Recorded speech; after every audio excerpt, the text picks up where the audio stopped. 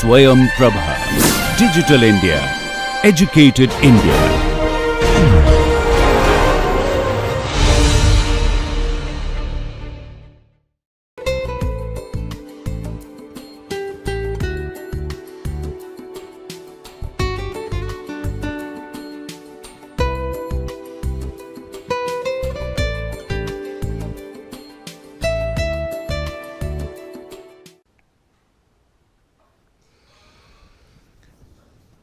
Welcome to fourth lecture on technology transfer through strategic alliance. Now, I will mainly concentrate on regulatory issues.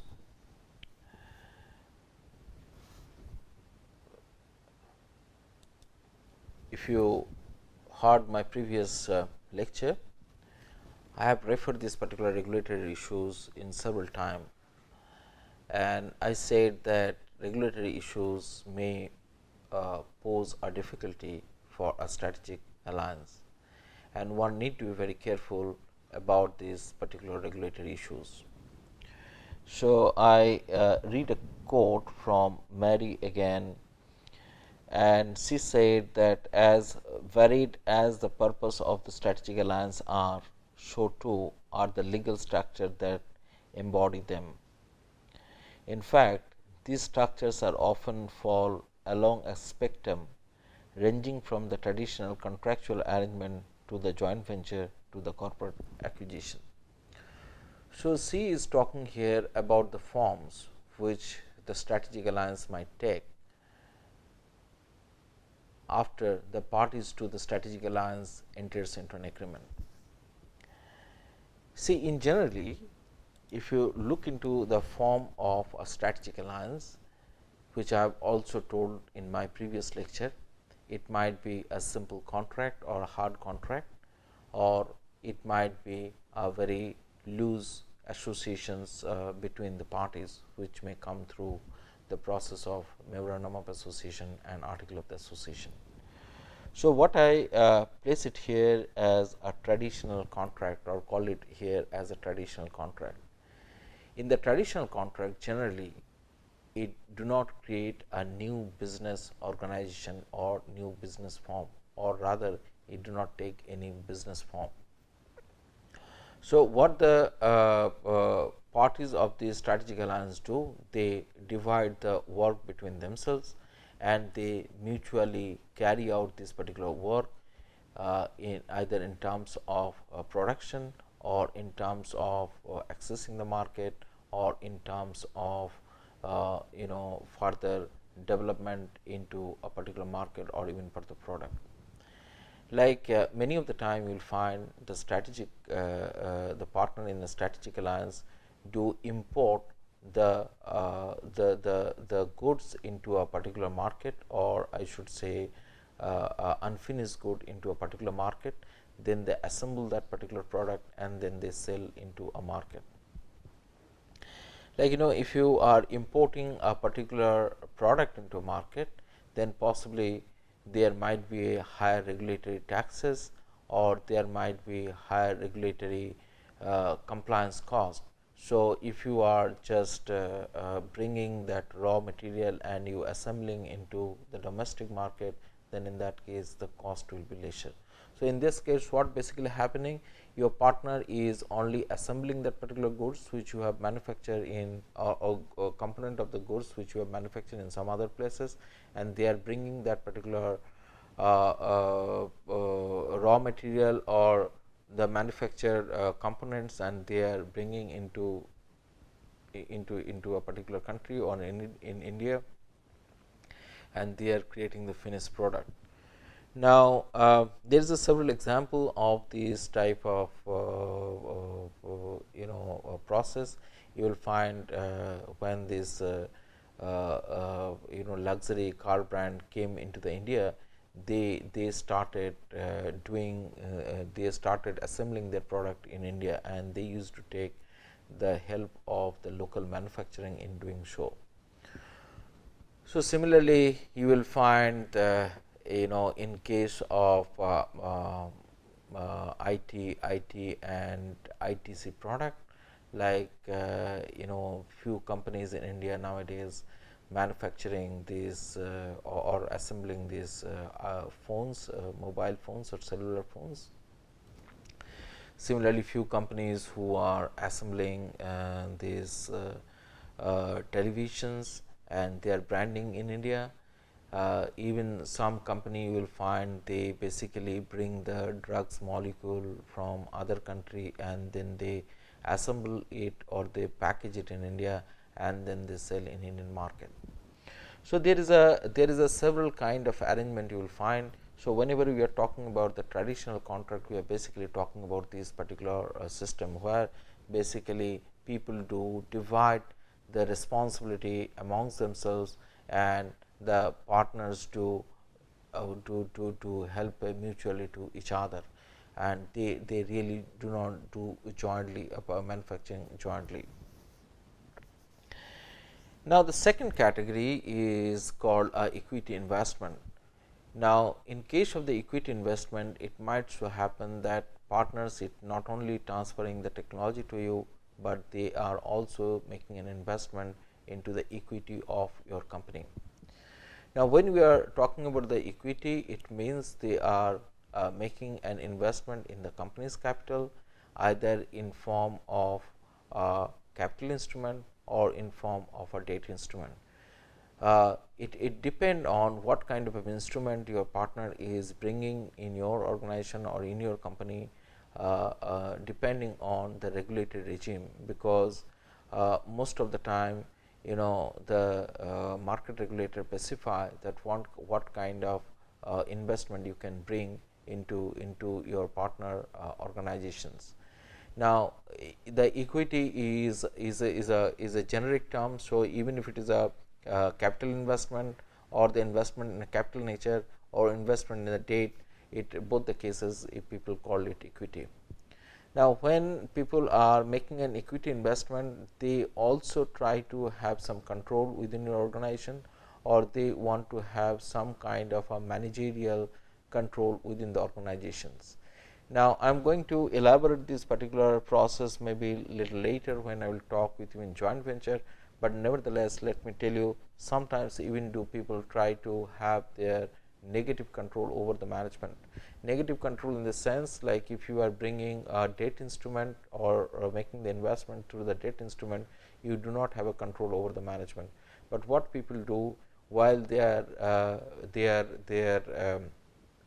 developing the investment agreement, they do put the clause wherein they say that, well, if there is any major decision the company wanted to take relating to this issue, then in that case they need to consult back to their partners. So, the equity investment is quite common, and nowadays you will find more and more equity investments are coming in the process of the strategic alliance, because the company who is transferring the technology into a market, they also wanted to have some kind of a control about the product which will coming out of that particular technology transfer, and when those particular product is been marketed into the different jurisdiction. So, equity investment is getting pretty common. Now, joint ventures are almost order of a day, and you will find wherever there is a very high and sophisticated or capital intensive technology transfer, people are going more and more joint venture. Like yesterday in my lecture, I have referred about the defense production, and therein I said that people are now making an investment in India to produce a defense equipment, defense defense vehicle, or maybe some kind of a tanks, or maybe the fighter jet, or maybe so much so forth. In those particular case, it is not only the technology intensive, but it is also capital intensive.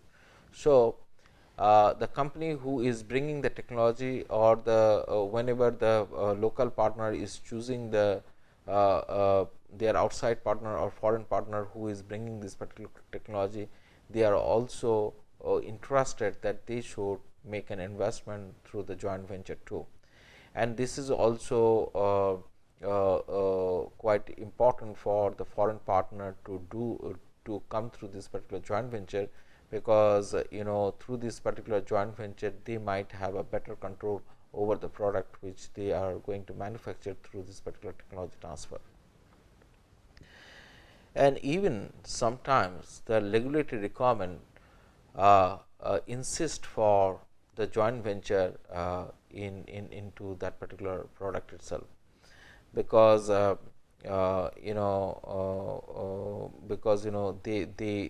insist that if there is a joint venture, I mean strategic alliance outcome is a joint venture, then in those particular circumstances the company may purchase some of the assured quantity from this particular joint venture. So, what they insist on that you create a joint venture, because the moment you are creating a joint venture, you are basically putting up a new organization, you are creating some kind of a market, you are also absorbing the local labors, you are also using the local capital, you are also using the local infrastructure, you are also using the local resources or the raw material for producing your particular product. So, it actually helps even the government to get economic development of that particular region. So, government many of the time insists that the company should come through the joint venture. Now, the next one is the merger and acquisitions, and you will find this is also getting quite common in Indian market, and I believe once we have opened our market, this merger and acquisition is become an order of the day. Now, it is not only the inbound merger, but there is also outbound merger and acquisition is happening. Inbound merger in the sense that means the foreign companies are merging with the Indian companies, and they are also aggressively acquiring the stake in Indian companies. At the same time, you will also find that Indian companies going out and acquiring the different company into the different market, and at the same time they are merging with the different market. Importantly, you will find there is a dedicated section now in the Companies Act 2013, which talks about the foreign merger. Previously, there was no as such dedicated provisions, but it used to be handled under the usual amalgamation and usual process of the arrangement. But now you will find that there is a specialized provision has been created for this particular purpose.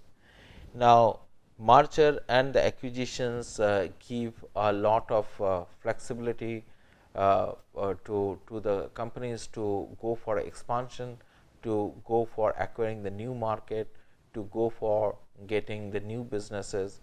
Some people even wanted to go for merger or acquisition because they want to have a new learning into their organization, because they are also having the business in the same segment. They wanted to acquire that particular company because the company they are targeting, they have a lot of knowledge base of the product which they do produce in other market. So, they can transfer some of the technology out of this particular process. Like if you look into the automobile sector in India, then you will find these particular practices quite common. Like Tata went to acquire this Jaguar and Land Rover. Then you will find Mahindra went and acquired some of the Korean company who are the best in SUV. So, there is a lot of example you will find, not only in case of automobile sector, even you can find the similar example in pharmaceutical. You will also find similar example in case of other service providing, so much so forth. So, there is several examples you will find into this particular thing.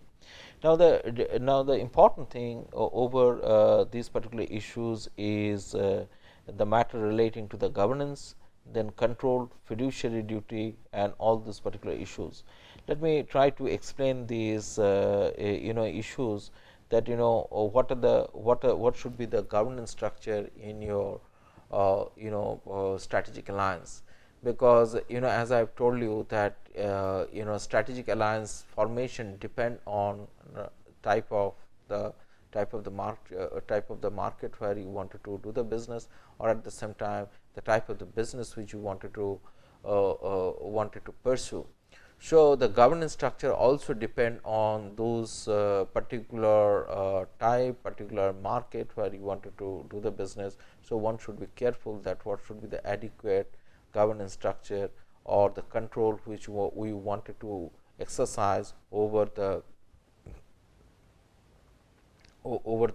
organization or the relationship which you wanted to bring through this particular strategic alliance. Similarly, there might be some kind of a major legal considerations which you need to do, because the local government or the local institutions wanted to get the protections against protection in their business.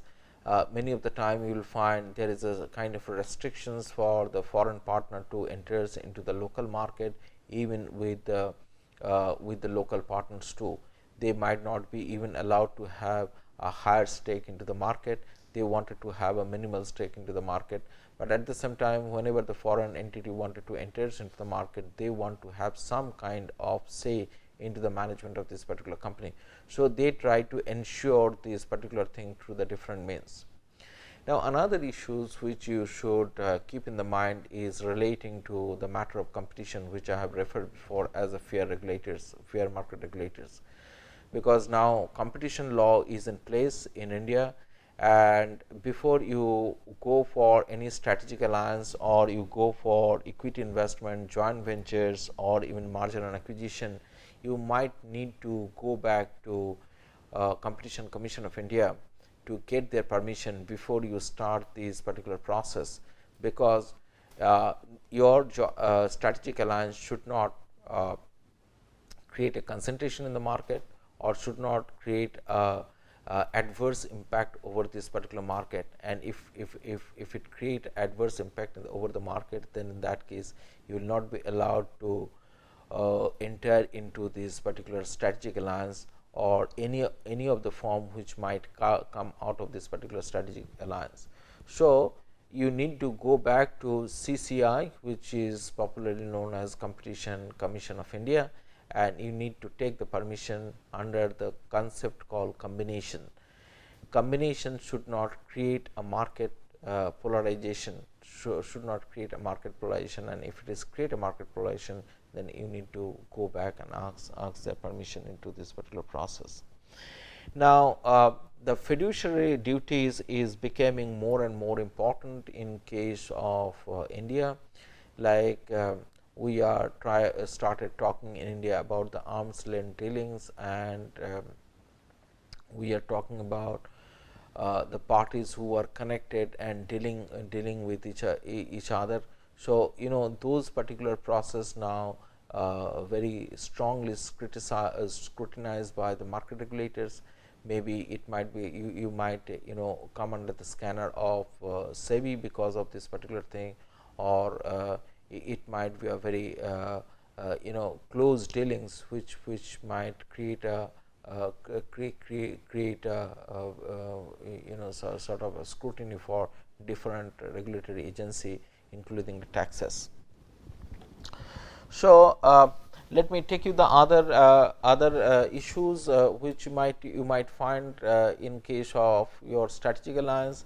It might be relating to the specific tax issues which may come because of the type of alliance you have chosen, because I have told you that strategic alliance may take several forms. So, the tax implication will depend on which kind of a form you have chosen for the purpose of your business. Then it might be relating to the intellectual property ownership right. If it is simply the contractual relationship, or traditional contractual relationship, or hard contractual relationship, or informal contractual relationship, the ownership of intellectual property which might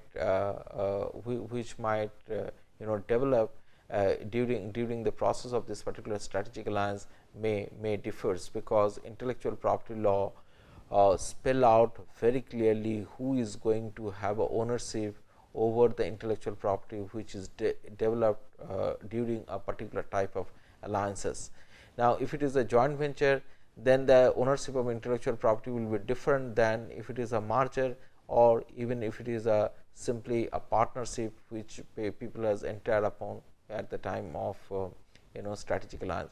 So, you should be very careful about this particular thing, and if you find that there is a no as such legal regulatory frame is available for you, then in that case you should develop that particular regulatory that particular frame through your contractual process, so that when you decided to part from each other, it is not create a bottleneck for you.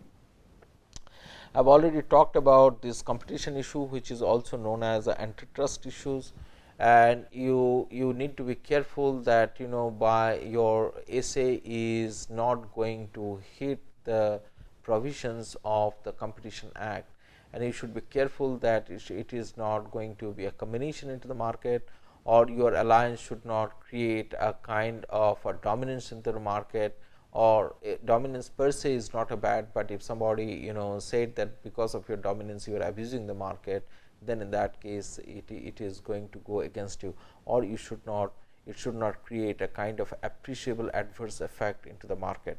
So, one need to be careful about this particular scenario.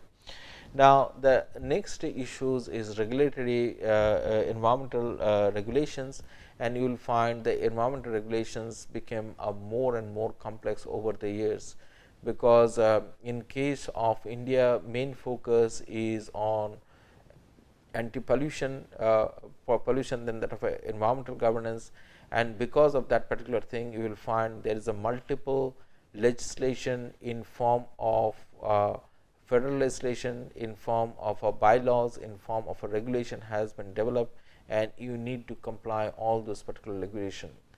And some people said that even to get environmental clearance you require a more time than to process the business into a market, like sometimes even it might take 2 years, 3 years, depend on the particular government policies. Sometimes you will find government is very strict into the environment compliance matter, and at the same time relating to the environment compliance matter also court is quite vigilant. People court gives a very strong stricture if people can prove that while these particular alliance might going to create some kind of environmental impact through their production into a particular region, and that particular region is somehow ecologically vulnerable. So, so you should be careful about this environmental regime, and there is a several laws is there. Rather, I should say it is become more and more complex, this particular environment compliance, and many of the time it is very difficult to get through these particular environmental regulators in the different stage of your business. Now, apart from that, there will be other sectoral regulatory issues. It is depending on which sectors you are doing the business, like if you are some sector like power generation, if you are in the sector like the financial product, if you are in the sector like some kind of a manufacturer like defense equipment or some other equipment, or even if you are pharmaceutical manufacturing and all this thing.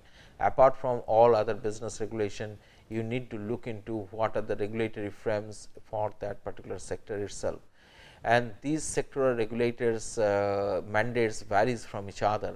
Some of them are very complex, and very complex to comply also, and it is also very costly to do the compliance into this particular sectoral regulation. So, you should map it properly. You should know that what are the regulation you need to comply with. Many of the time you will find if you are missed out, or if you have failed some of this particular compliance, it might trouble in your business, or when you have started the business process you might be stopped because you have not complied this particular process. The last one is relating to the cross boundary issues. Now, cross boundary issues may arise because of the several reasons. It might be relating to the foreign investment law, it might be relating to some kind of protection relating to the dumping, there might be provision relating to the anti-dumping, there might be some kind of provision of national treatment, so much so forth, which basically going to be governed by the bilateral treaties, which might be governed by some of the international understanding, which might be governed by some of these local laws relating to this particular effect. Please remember, India is not a monist country. That means, whatever the international law India has signed or international treaties India has signed, it is not automatically implemented in case of India, but it has to go through this domestic framing of the laws. So, it is a quite complex in case of the cross boundary transaction, and you should be aware about these nuances which might going to affect your strategic alliance. So, thank you very much.